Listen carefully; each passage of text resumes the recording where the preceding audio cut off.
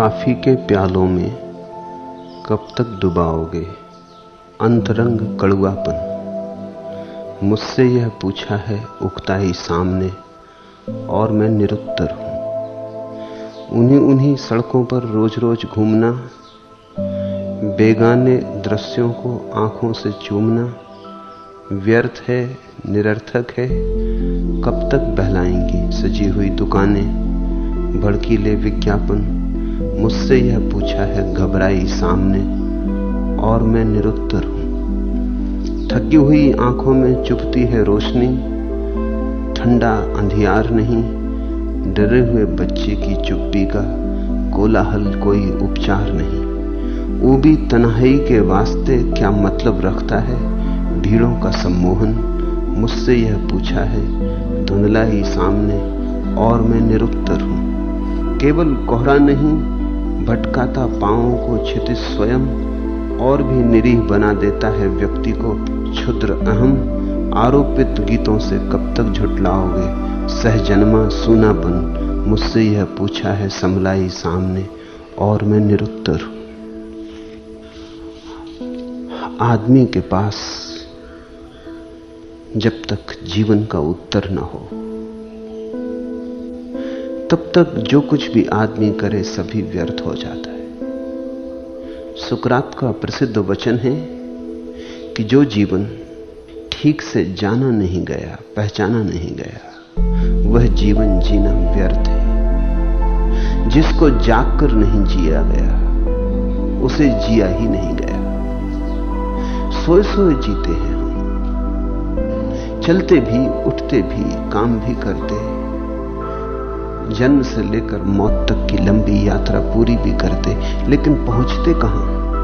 पहुंचते कहीं भी नहीं। यात्रा पूरी हो जाती, हम चुक जाते और मंजिल तो कभी आती नहीं। ऐसे जीवन को, ऐसे उत्तरहीन जीवन को, ऐसे अर्थहीन जीवन को कब तक जीवन मानकर बैठे रहोगे? और फिर इस जीवन को अगर जीवन मान लिया तो अपने को झुठलाने के हजार उपाय करने पड़ते हैं, क्योंकि लाख कोशिश करो तो भी कहीं भीतर किसी तल पर तुम्हें लगता रहता है कुछ व्यर्थ हो रहा है, कुछ नाहक किए जा रहे हैं। तो उसे झुठलाने को शराब पियो, संगीत सुनो, वेश्यागामी बनो। उसे झुठलाने को और नए झूठ गढ़ो। उसे भुलाने को विस्मरण के नए उपाय खोजो। उन उपायों को लोग मनोरंजन कहते हैं। मनोरंजन के सभी उपाय आत्मविस्मरण के उपाय। बुद्ध पुरुष कहे जाते भीतर देखो। हम भीतर देखते नहीं क्योंकि भीतर तो अंधियारा है। बुद्ध पुरुष कहते भीतर उजियारा है। हम भीतर देखने में डरते हैं क्योंकि भीतर तो अंधियारे के सिवाय कुछ दिखाई नहीं पड़ता। इस अंधियारी रात से जो गुजरेगा वही भीतर की सुबह को उपलब्ध होता है। जो इस अंधियारी रात से डर के बाहर लौट गया उसकी तो सुबह कभी भी नहीं आती। फिर बिना प्रकाश के तृप्ति नहीं है। बिना जीवन का सम्यक बोध पाए तुम जो भी करोगे सब व्यर्थ जाएगा। सम्यक बोध के बाद तुम जो भी करोगे सार्थक होने लगेगा। फिर तुम्हारे हाथ में पारस पत्थर है, तुम जो छुओगे सोना हो जाएगा। मूर्छा ऐसी है कि तुम जो छुओगे, सोना भी छुओगे तो मिट्टी हो जाएगी। देखते नहीं धनी हैं लोग और कैसी निर्धनता भीतर गिरी है। पद पर है और भीतर कैसे दीन है। सब है और बिल्कुल खाली है। इसी दौड़ में तुम पड़े हो, इसी दौड़ में प्रत्येक पड़ा है। क्यों? क्योंकि जन्म के साथ तुम्हें जिनका सत्संग मिलता है, अगर उसको सत्संग कहें, तो वे सभी दौड़ रहे हैं।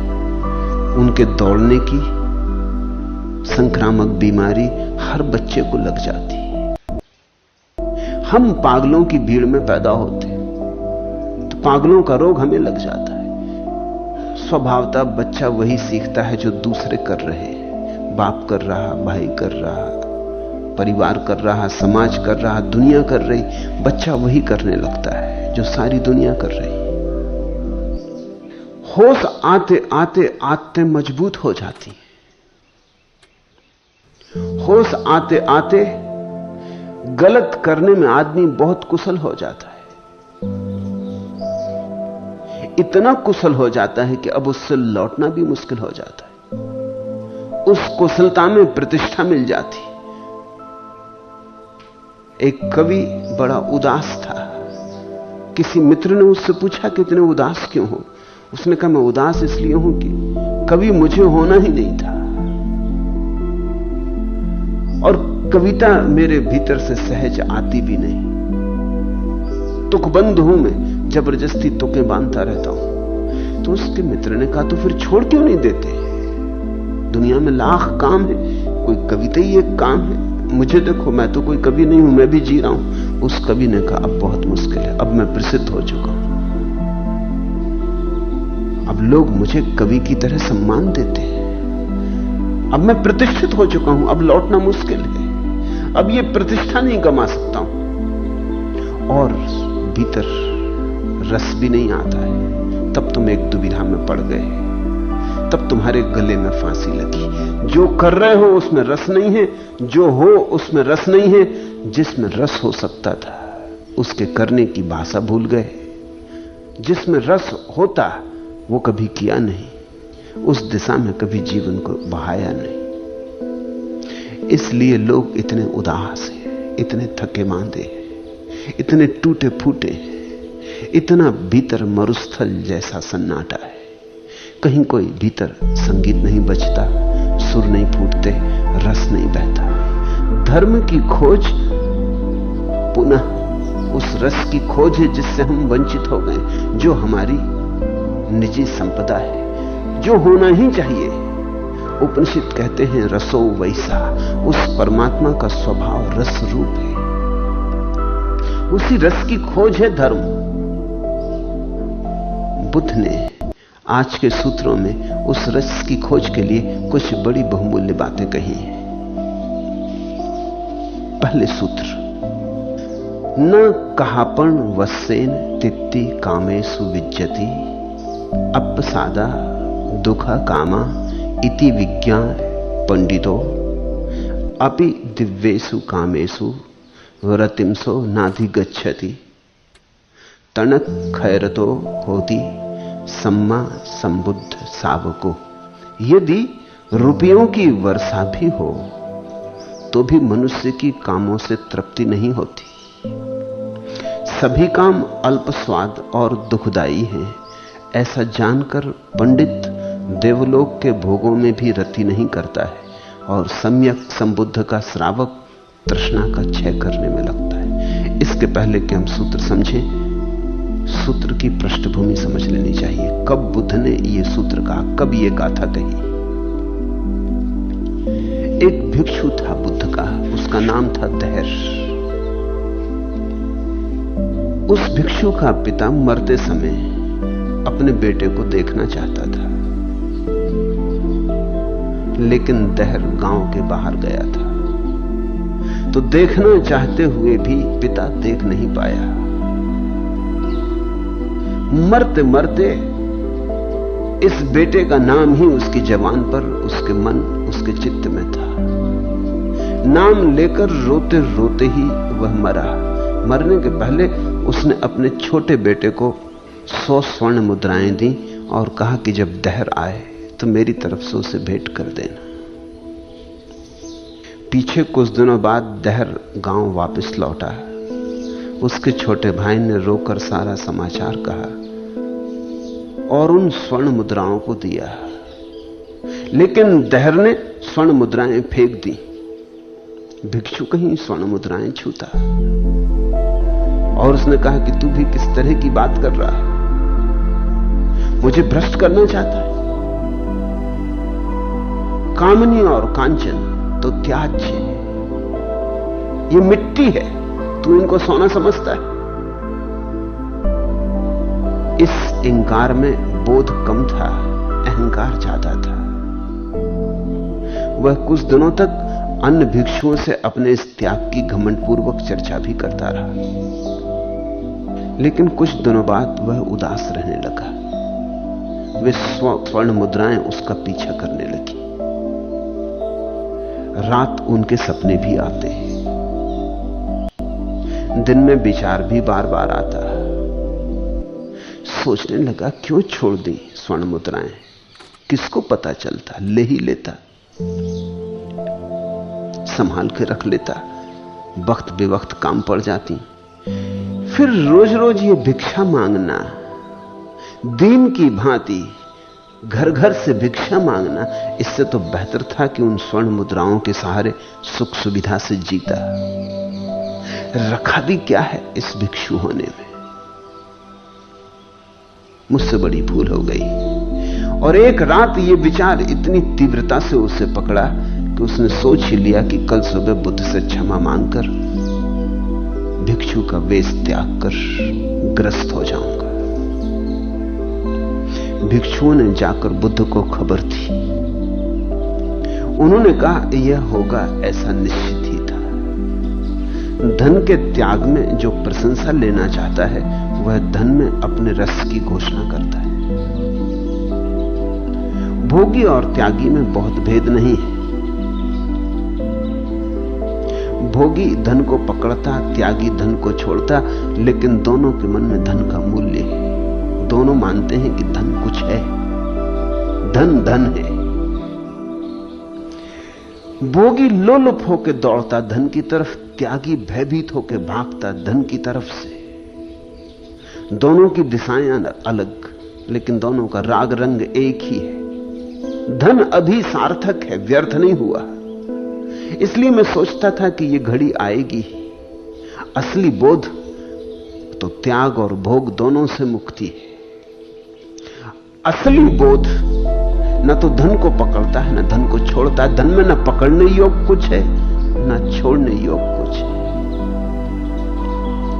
फिर उन्होंने दहर को बुलाकर कहा, पागल, इतनी सी स्वर्ण मुद्राओं से होगा भी क्या?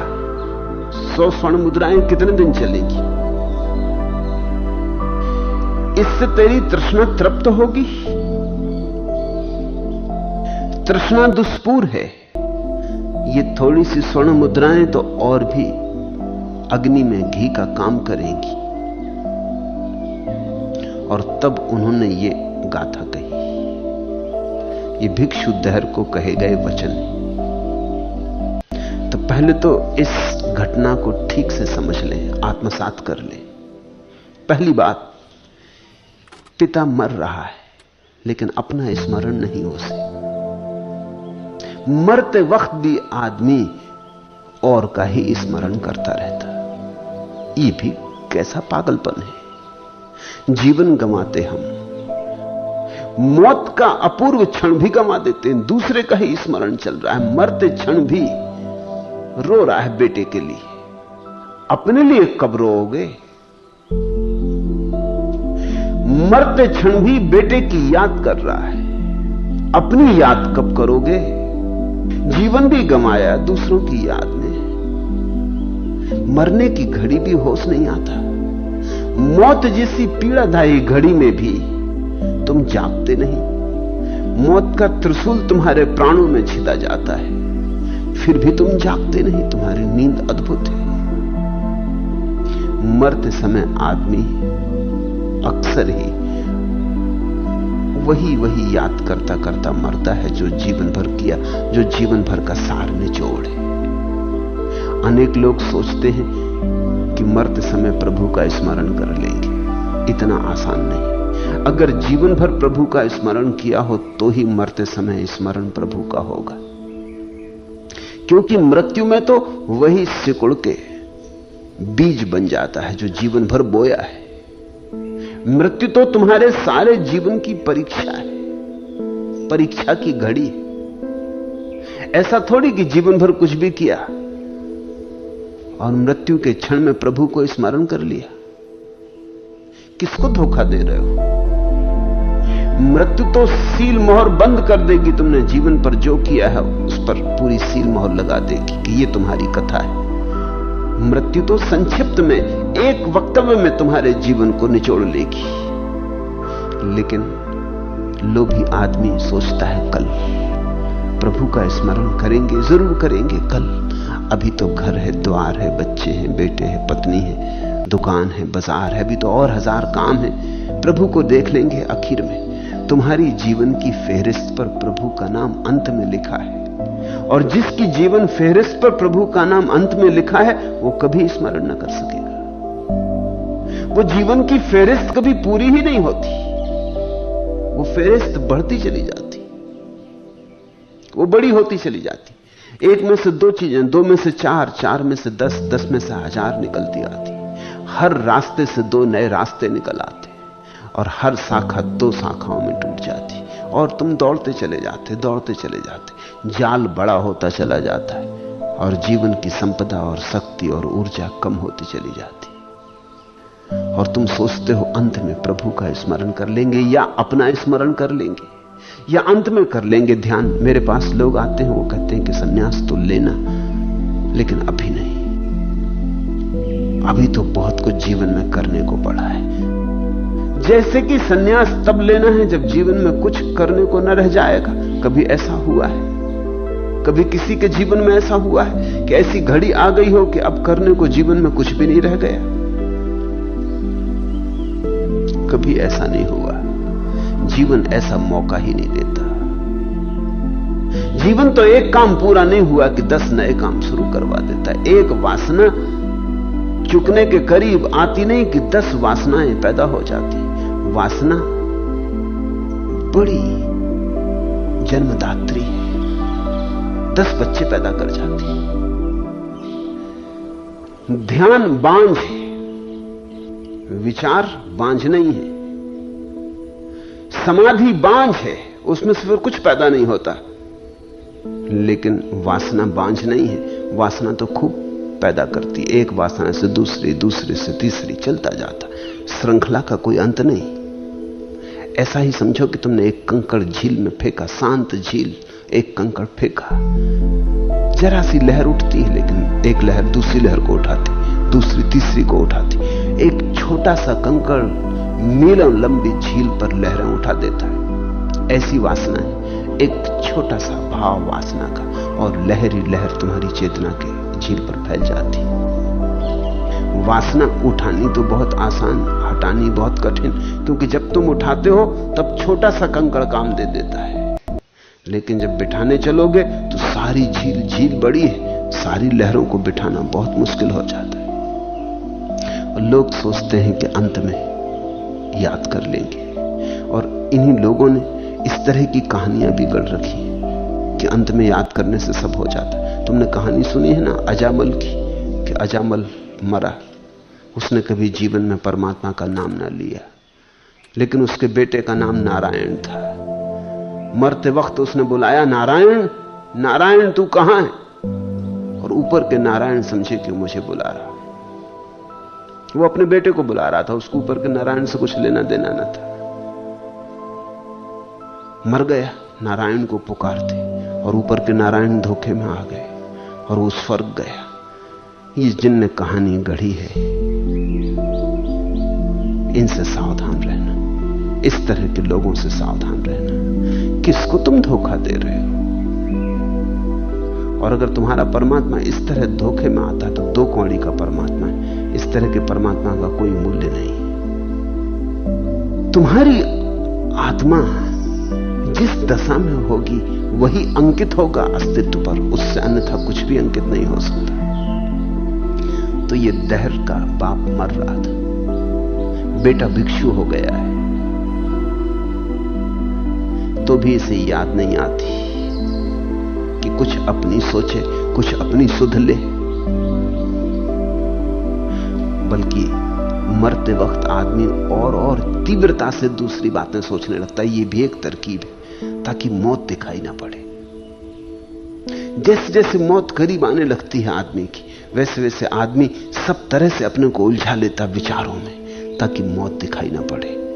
यह भी सांत्वना की तरकीब है, ये अपने को दूसरी दिशा में लगा लेने का उपाय है। तो मरता था, बेटे को देखना चाहता था, मौत भी तुम्हें नहीं बताती कि सब संबंध टूट जाने वाले, सब संबंध मनगढ़ंत थे। कौन बेटा कौन बाप। मौत आ गई, तुम चलने को तैयार हो गए हो, फिर भी इस संसार में पैर रोपे रखना चाहते हो। मरता था बाप, बेटे को देखना चाहता था, लेकिन भिक्षु गया था गांव के बाहर, तो बाप रोता हुआ अपने बेटे का नाम ले लेकर मर गया और 100 स्वर्ण मुद्राएं छोड़ गया। खुद भी जीवन भर धन इकट्ठा किया होगा और अब सब धन छूटा जा रहा है, तो भी अभी उसे समझ में नहीं आया कि धन निर्मूल्य है। अभी वो धन छोड़ जाता है अपने बेटे के लिए। अगर बाप में थोड़ी समझ हो तो बेटे के लिए बोध छोड़ जाएगा। धन क्या छोड़ जाना, धन में खुद अपना जीवन गंवाया और अब बेटे के लिए भी उपाय किए जा रहे हो।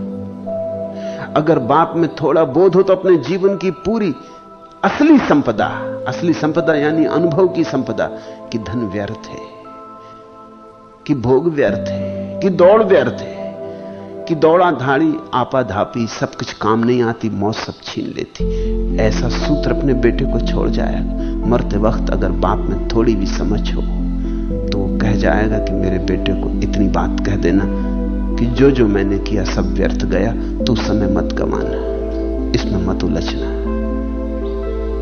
लेकिन कब बाप ऐसी समझ की बात कह पाते? हालांकि हर बाप समझता है कि वो समझदार है। उम्र बढ़ने से कोई समझदार नहीं होता, बूढ़ा होने से कोई समझदार नहीं होता। समझदारी का बुढ़ापे से कुछ लेना देना नहीं। समझदारी कुछ और ही बात है। अनुभवों की बहुत बड़ी श्रृंखला से कोई समझदार नहीं होता, लेकिन अनुभवों के बीच में से सार सूत्र खोज लेने से कोई समझदार होता है। तुमने एक बार क्रोध किया, तुमने 2 बार क्रोध किया, तुमने 1000 बार क्रोध किया, इससे थोड़ी समझ बढ़ेगी। सच तो यह है कि तुमने 1000 बार क्रोध किया, यही बताता है कि तुम्हारी समझ घटी बढ़ी नहीं। समझदार होते तो एक बार क्रोध कर लेते और समझ जाते कि बात व्यर्थ है। दोबारा करने की क्या जरूरत पड़ती? दोबारा करना पड़ा क्योंकि पहली बार समझ ना आई, तीसरी बार करना पड़ा क्योंकि दूसरी बार समझ ना आई, लाख बार करना पड़ा। और जैसे जैसे समझ ना आई वैसे वैसे तुम्हारा क्रोध करने का अभ्यास बढ़ता गया। आखिर में तुम पाते हो क्रोध तो बहुत किया लेकिन समझे कुछ भी नहीं, लोभ तो बहुत किया समझे कुछ भी नहीं, काम में बहुत तड़फे लेकिन समझा कुछ भी नहीं।